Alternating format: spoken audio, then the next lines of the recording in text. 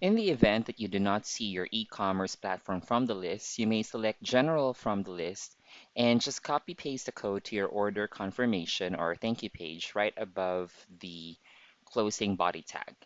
The general integration method involves adding invisible JavaScript code or a hidden image tag to the thank you page or the order confirmation page that is displayed to customers when the payment is processed. Now, the transaction B right here should be populated with the transaction ID or order ID for this specific sale, or it should be the variable for that.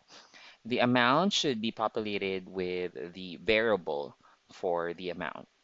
You may check with your e-commerce provider to get the variables for the order total, order ID, and optional promo code. If you need assistance, feel free to reach us through our support channels and we'll be able to get you those variable codes. Thank you for watching.